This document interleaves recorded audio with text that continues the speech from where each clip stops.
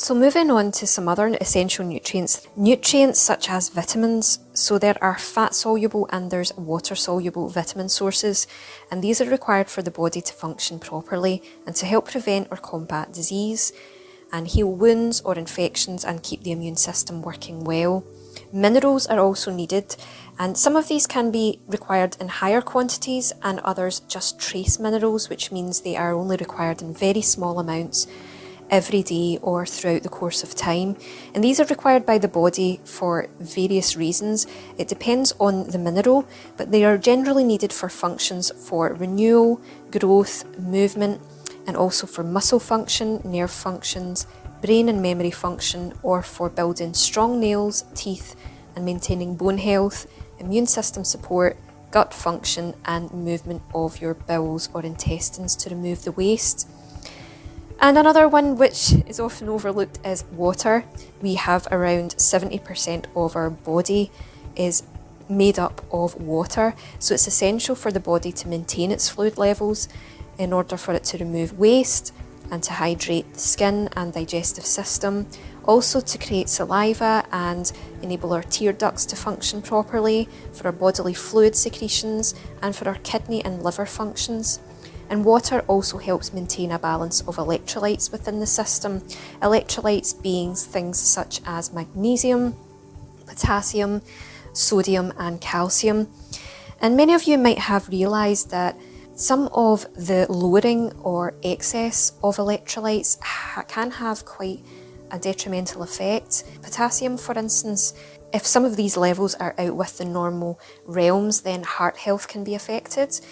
It has been known for some to be hospitalised when potassium levels have really gone out with the normal range, and they have been hospitalised for monitoring of the heart. Also, magnesium can be low when it comes to some chronic conditions, and those that have problems with nerves and muscle weakness, muscle function, nerve function.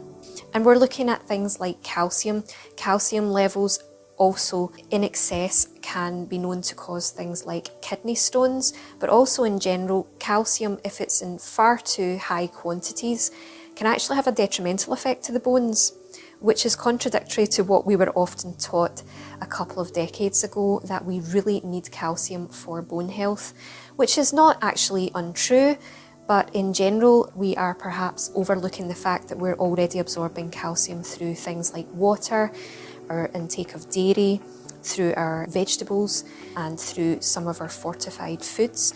So we're finding that if we have far too much calcium levels for you cheese lovers there, for instance, and your cream and butter and milk lovers, it will directly have an effect on osteoclasts and osteoblasts, which are directly managing the level of bone laying down or bone stripping. So you'll find that some of the countries with the highest intake of calcium and dairy are those which have the highest rates of osteo problems, such as osteoporosis.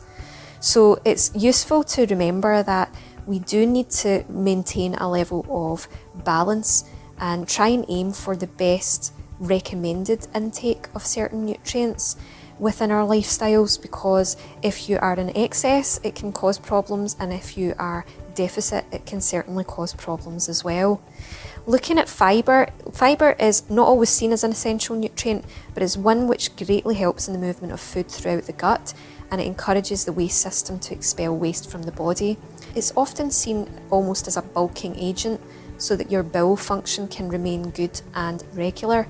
And obviously, if your bowel movement is consistent, this will help for you to process your food in the best way possible and not have that sluggish and slowed metabolism. So here are some of the ways in which you can intake some of the essential nutrients on a daily basis. So looking at the main ones in bulk, carbohydrates, they come in various forms, and particularly complex carbohydrates such as oats, potatoes, beans, lentils, bread, pasta, whole grain bread, muesli, porridge, baked potatoes, sweet potatoes, whole wheat pasta and spaghetti, quinoa, couscous, salad potatoes and new potatoes. That's just some examples for you of adding in some carbohydrates to provide yourself with energy throughout the day and more of a slow burning release of that energy.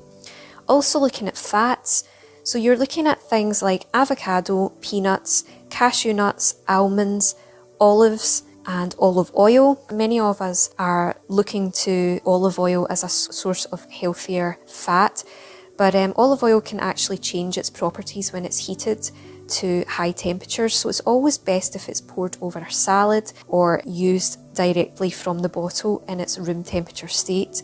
But you're looking at things like non-saturated oils such as coconut and rapeseed, meats such as chicken, beef, lamb, lean, and fish such as salmon and other fatty fish.